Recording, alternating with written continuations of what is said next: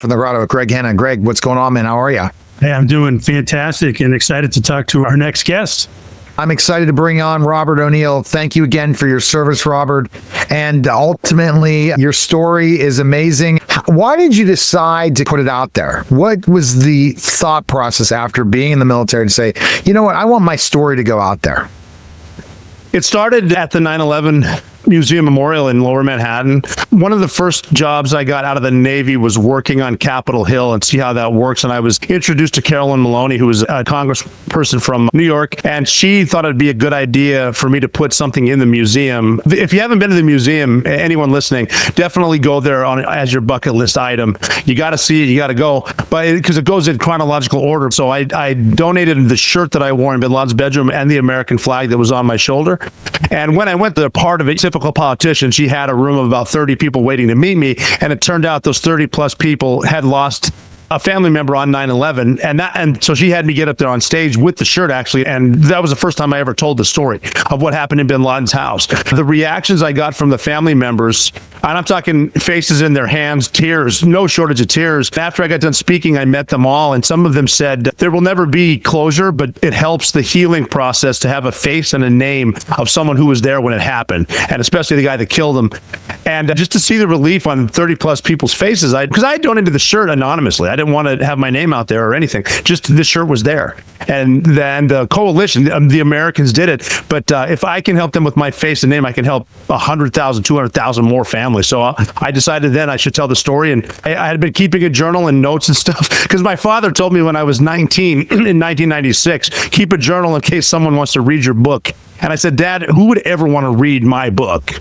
So I submitted it the proper chain, went to the Department of Defense and the agencies involved, and they approved the transcript. So I wrote the book. It was all legit, and that's how we got there. You know what, Greg, before I go to the question, when you say you're never going to do something, you end up doing it someday. That just happens, Greg, right? I'm never going to do this, and then I'm never going to write a book, and lo and behold, he's the man who killed Bin Laden. I'd recommend keeping a journal, and no matter who you are right now, keep a journal. As far as like writing down what you want to do that day, and then at night, write down if you did it, and if you did not, how you would have done it better, or at least done it at all. It's a great thing. I'm going to document my whole time. I'm launching another podcast that I'm just going to talk about how I started as a radio podcaster 15 years ago and teach people how important it is to build a brand through that and tell the whole story. And I'm just going to do it live and just put it out on social media and cut up everything and do it because I want to document that story and then see where the next thing goes. Before Neil jumps in and gets even more serious, I have to ask you just like a light question. If you could pick any superhero to back you up on your next mission, who would you pick?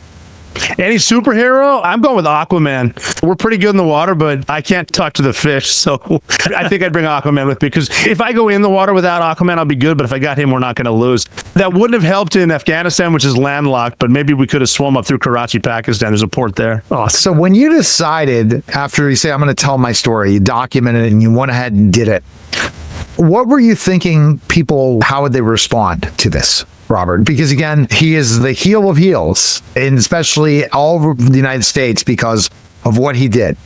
And to be able to capture and then kill him. What did you think the response would be, and how surprised are you your story continues? And then we're talking about the next thing that's happening, this docuseries that you're on. At first, I'm loyal to a fault. And at first, I was hoping it didn't make some of my teammates angry. But I learned two things the further I got away from the Navy, especially with SEALs. I never lose your sense of humor. With Navy SEALs especially, I'll say you could pick 3 random SEALs and fill each of their driveways with a dump truck full of cash, and 2 of them would complain that their driveway was blocked.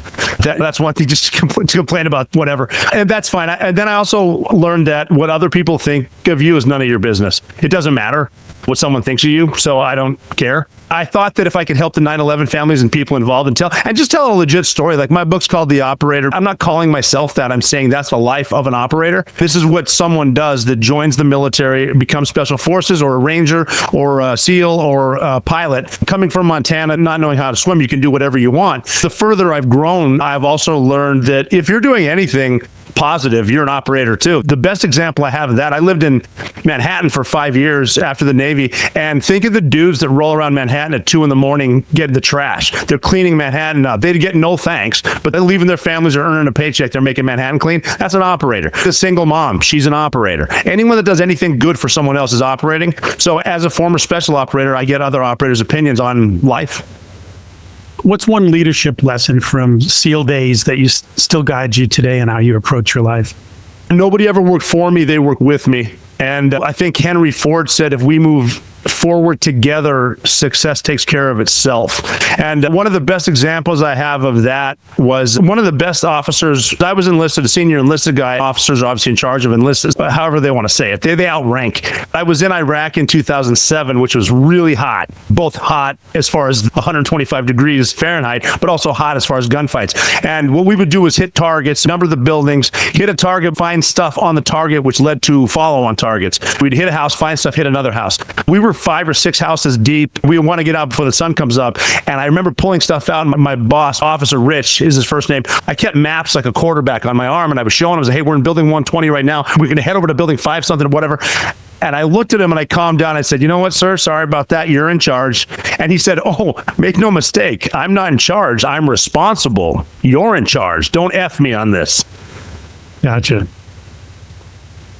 That's the thing that's interesting. And you have to, as a leader, be willing to work with others and not just be bossing people around. I think that's what you've figured out, Robert, right? That if you are the people that are just like treat people like an employee lower than, they're never going to get the most out of their workers or the people that are around them.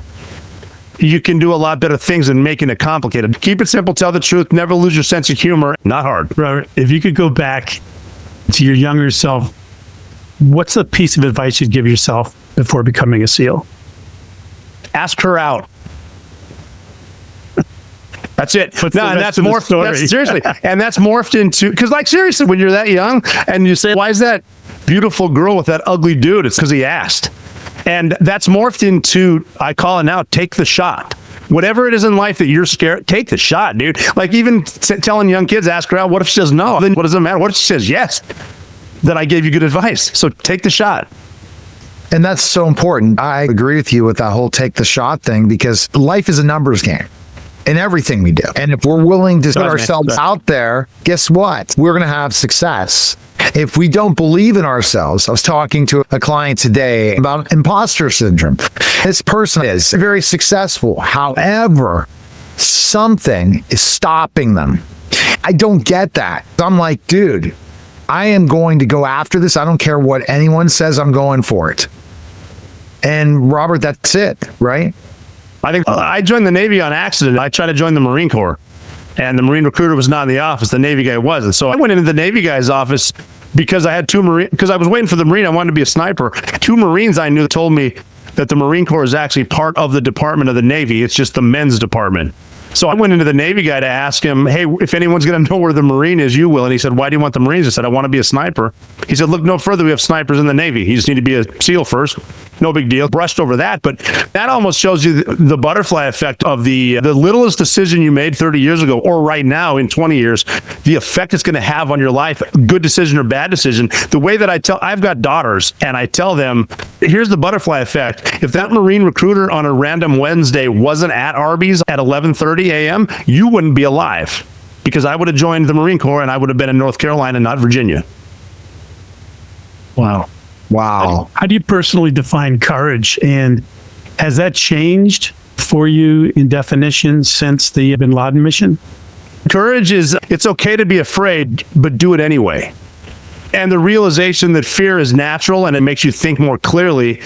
Once you recognize the fine line between courage and panic, you're going to be good, because panic is contagious and it'll get us all killed. Contagious panic is the reason we ran out of toilet paper in 2020. Toilet paper is not a survival mechanism. It's just nice to have. But somebody bought a truck full where someone else saw him buy a truck full. He went to another store, bought all of it, and we're out of toilet paper. And that's panic being contagious. But something else that's contagious, as a leader especially, is calm.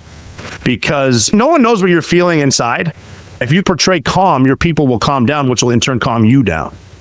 when you show your true cards, what you're thinking about, especially I go out and perform, I can't go out and say, hey, I'm going to show what's under my sleeve right now as I'm performing and stay completely focused on this moment right now.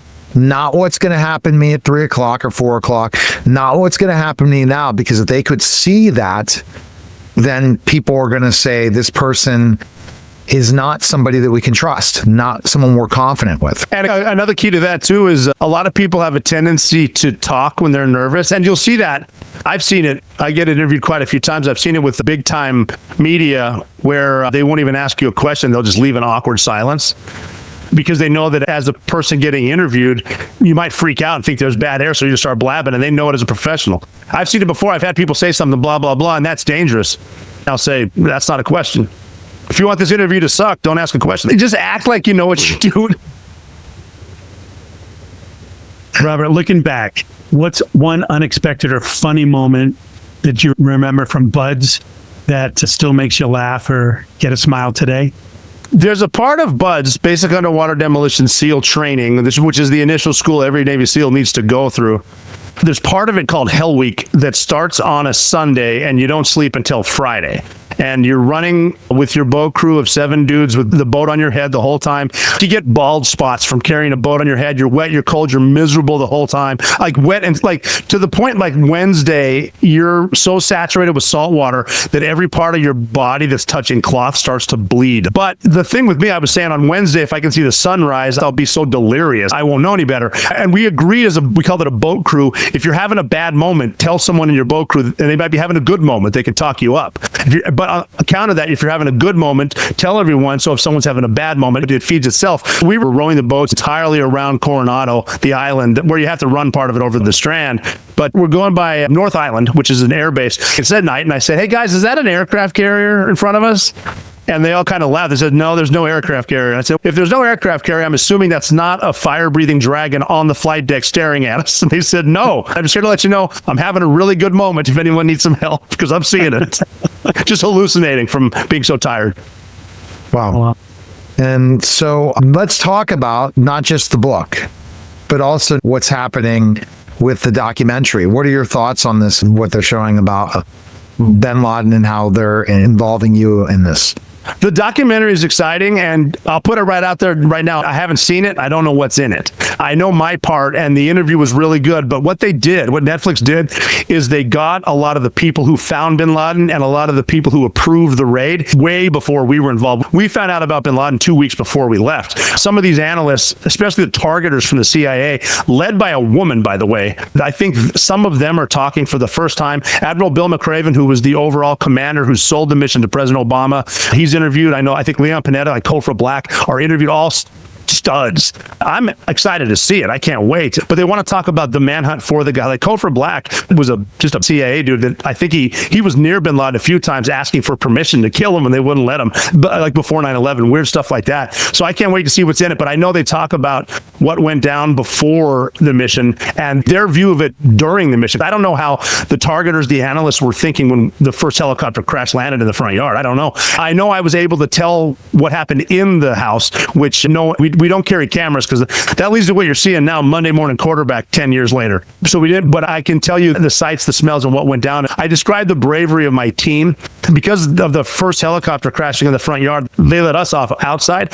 So I had as opposed to going to the rooftop, which my team was supposed to, I was let off outside the 20-foot walls. So I had a front row seat to basically the most important mission in modern history. And I got to watch dudes go through a house not knowing when it's going to blow up on all of us. And it was just how proud I was of my guys to watch. They should be afraid, but they're not. Or they didn't, like I said, they weren't portraying being afraid. And they just kept using one of our best rules, that is, if you want to be fast, slow down. Slow is smooth is fast. And then we worked our way to the 3rd floor. And I found myself one-on-one with Bin Laden. His wife was there too. Wow. That's great advice for everyday life, right? Slow is smooth and smooth is fast. Slow is smooth. Master the basics. And here's a key too. When you're done saying what you're saying, stop saying it. You're able to shoot your shot, Robert. Yeah. That's the truth. You probably have one of the biggest slam dunks, 3-pointers, Michael Jordan, game-winning shots. You did. And you always can feel that, right? In a way when anyone meets you. Do you introduce yourself? Hi, I'm Sal. No.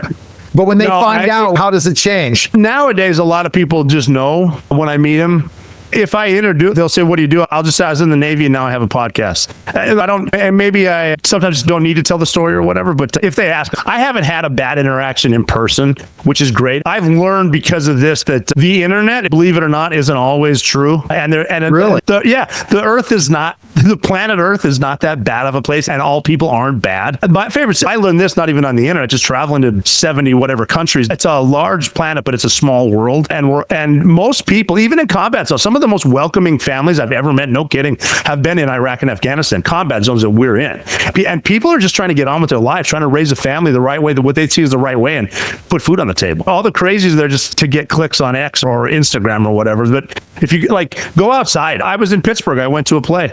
And I'm assuming if some of the people going to a liberal arts school saw my Twitter handle, they wouldn't like me. But face to face over a Diet Coke, man, all smiles, all grins. People cried at the play. It was just a great experience to be among them, not just locked up playing video games and yelling at people on the internet. Wow. Robert, you mentioned you went to 70 different countries. Is there one particular favorite place that you visited that you'd love to go back as a tourist? The best place I visited, I was single, was Klaipėda, Lithuania, and I won't get into, if you like hanging out with supermodels, that's why you go there. I am going to go to Europe this summer. We went to Germany a lot. We had units there. I wish I would have taken advantage of some of the battlefields, especially World War II, but also World War I. When I was, again, in Germany, before SEAL Team 6, what am I, 26, a single guy in Germany, we're going to the pubs. I saw a lot of bowling alleys and discotheques where I should have gone to Auschwitz. I should have checked out Bastogne. I did get to St. Mary Glise and Normandy, and I'm going to go back. They were seeing, everyone should also, along with the 9/11 memorial, see the dog green sector of Omaha Beach where we lost 3,000 dudes in the first 30 minutes. And then there's a cemetery, still a U.S. national park with a cemetery that, seriously, before you go in, it says, look how young they were, see how many there were, shut your mouth and show respect. And you'll walk by a Medal of Honor, a Roosevelt Medal of Honor recipient right next to one that says, here lies a brother in arms known but to God. And you look at his age and he was 18 years old. It's just, Yeah. I want to do more of that because obviously there's so much history that I should be saying. Who knows, maybe in Europe nowadays with the internet, we could find everything from buried treasure to aliens. Now, here's an interesting one. When I think about Bremen, Germany, I have a story in Bremen. I was a professional wrestler. That's the other thing. I don't go walk up to everyone, Robert, say, hey, hi, I'm that syndicated radio podcaster, best, and also former professional wrestler. I don't. I'm just Neil, and they just look up at me at 6'10" and say, oh, you're tall. Did you play basketball? Yeah, I played basketball. But the point is that Bremen, that's an experience. I wasn't thinking about the battlefields. Yeah. It was a different environment when I was on tour in Germany. Yeah, I get what you're saying, and I can relate. I'm not 6'10", but I can feel you. All right. Greg, any other questions before you ask your final question? No, I'm Good, Greg, with your final question. great. Robert, thanks. It's been a real pleasure to see you again. And My hear pleasure. some Good Great to see things, and looking forward to watching the show. Tell me, what do you feel is the most important thing in life you've ever learned? When you have kids, don't blink because it goes by fast. And have kids. Have more kids than you think you can afford. I've got 3 daughters that were born when I was in the Navy, and that was a time where I was away from home about 330 days every single year. So I missed it. Obviously, I'm in touch. FaceTime wasn't as good. Neither was Skype at the time. One just called while we were on the phone. I talked to the other one. I was speaking French with another one. But now I've got a young daughter who's 13 months old, and I get to see her every day. And just watching the little things and watching a child turn into a toddler, turn into a girl, just be a human. You're only going to get that day, that one day, and you can never come back. If I can go back to my 18-year-old's 2-month-old when she was crying at 3 a.m, I would. Just take advantage of that and know that you'd never get this again. You can't pay for it. Awesome. I love it. Best place people can connect with you. You want people to check out the best place, Amazon, for your book. RobertJO'Neill.com is the best place because Amazon, you can get it. But at my website, and it's under construction right now, but you can still get the books because we're getting new apparel stuff. I'm moving things, but I will personalize and sign your book for you. And that's not a pen machine or a platelet. And I take inscription. So if you could come up with something clever, I'll sign it for. And it's like the best one to this day that I've signed. A dude bought one for his buddy for his birthday, I'm guessing, because he had me sign, Jeff, you kill it selling mattresses like I killed Bin Laden, love Rob. Which is just funny to me. Ever done the videos where they pay you for videos to say something? Yeah, I can. Everything's on my site and on my Instagram at Mchooyah, which is another story, Mchooyah. I have a link tree there to Cameo. I'm on Cameo and all that stuff. I'm doing stuff for entertainment because I'm not a big believer in, oh, look at me, I'm a stud and I can't do this. People are people, and you can do whatever you want. Doesn't matter what you look like or where you're from. And this helps me interact with people. And it's just fun. Cameo's a blast. Like I've done bachelor party themes. It's hilarious. So when are you ready to be in films? Or you have been in any films yet? I haven't been in any yet. No, I still own the rights. I signed a movie deal right before COVID, and then the contract expired because they weren't making movies. I've got some stuff going on. I'm in the cannabis industry. I've got my podcast. Maybe I own the rights, and it's fun. No, I was saying acting, where you do a cameo. No, I haven't yet. No. Hey, at one point, who knows? We might be going in the direction that you're going to be honored even more now, right? Where everything's going. Well, it would probably be a fun experience, and I like to think I'm fun to work with. So who knows? All right. We appreciate it, Robert. Thanks again. Thank you, guys. I appreciate it. Anytime. That was a special simulcast Neil Haley Show and Celebrity Interviews live from the Grotto. Greg Hanna. Take care.